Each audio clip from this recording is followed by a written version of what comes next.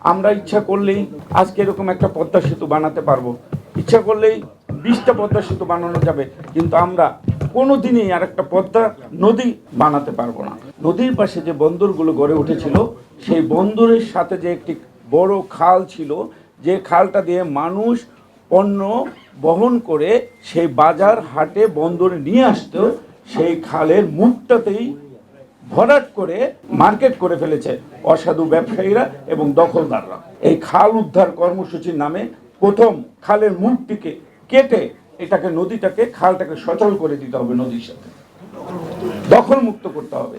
যদি এই দখল মুক্ত এবং এই খাল উদ্ধার কর্মসূচি যদি আমরা দেই, তাহলে আমি মনে করি 1 মাসে অন্তত 100টি খাল উদ্ধার করা যাবে এবং এই খালগুলোকে সচল করা সম্ভব হবে। তারপরে আস্তে ধীরে আমরা এই খালগুলো খনন করার জন্য পুরো সময়টা কাজে লাগাতে পারবো।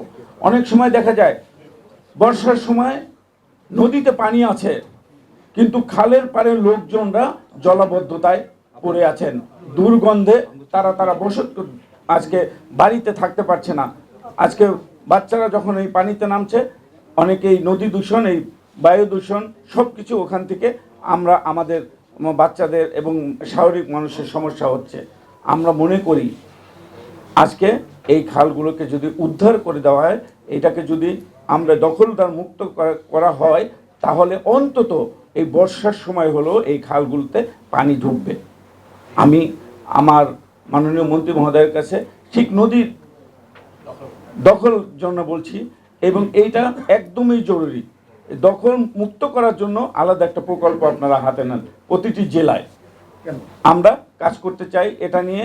আরেকটা বিষয় হচ্ছে, আমরা ইচ্ছা করলেই আজকে এরকম একটা পদ্মা সেতু বানাতে পারবো, ইচ্ছা করলেই 20টা পদ্মা সেতু বানানো যাবে, কিন্তু আমরা কোনোদিনই আর একটা পদ্মা নদী বানাতে পারবো না। এজন্য আমরা যেন এই নদীকে বাঁচিয়ে রেখে কিভাবে মানুষের বসবাস উপযুক্ত করে এবং মানুষের চলাচলে একটা নতুন প্রকল্প হাতে নিয়ে আপনারা এটা কাজ করবেন, এটা আমি মনে করি। আর আমাদের পদ্মা সেতু তো অনেক আমরা দেখেছি, অনেক গল্প শুনেছি।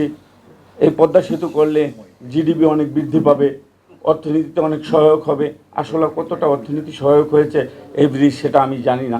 আমার মনে হয় আমরা ফরিদপুর অঞ্চলের মানুষ, আমাদের কৃষকরা যেই পরিমাণ টোল দিয়ে আমরা যেই পরিমাণ একটি সবজি ওখানে কৃষকরা দাম পায় 20 টাকা 10 টাকা কেজি, আবার এই টোল যখন দিতে হয় তখন 3 টাকা আরও বাড়তি তার ওটার উপরে গুনতে হয়। এই যে আমরা মনে করি সকল কিছু বিবেচনা করে যে এক্সপার্ট লোকগুলো এখানে আছে, তাদেরকে সম্পৃক্ততা রেখেই আপনারা এই নদী এবং এই ব্রিজ বা অর্থনৈতিক উন্নয়ন সকল সেক্টরগুলো আপনারা সকলের পরামর্শ নিয়ে নতুন প্রকল্পগুলো হাতে নেবেন। এটা আমার সরকারের কাছে এবং আমাদের মন্ত্রী মহোদয়ের কাছে আমার একটা অনুরোধ রইল। আমরা যারা ডিপার্টমেন্টাল যে লোকগুলো আছে তাদের নিয়েই যে আমরা কাজ করি, কিন্তু আসলে যারা এই বিষয়ের উপরে যুগ যুগ ধরে কাজ করছে জানলো, তাদের পরামর্শ যদি আপনারা না নেন তাহলে সফলতা আসবে না। ব্রিজ হবে কিন্তু নদী থাকবে না, আবার ব্রিজ হবে কিন্তু অর্থনীতি কোনো সহায়ক কিছুই হবে না, এটা বলে আমি মনে করি।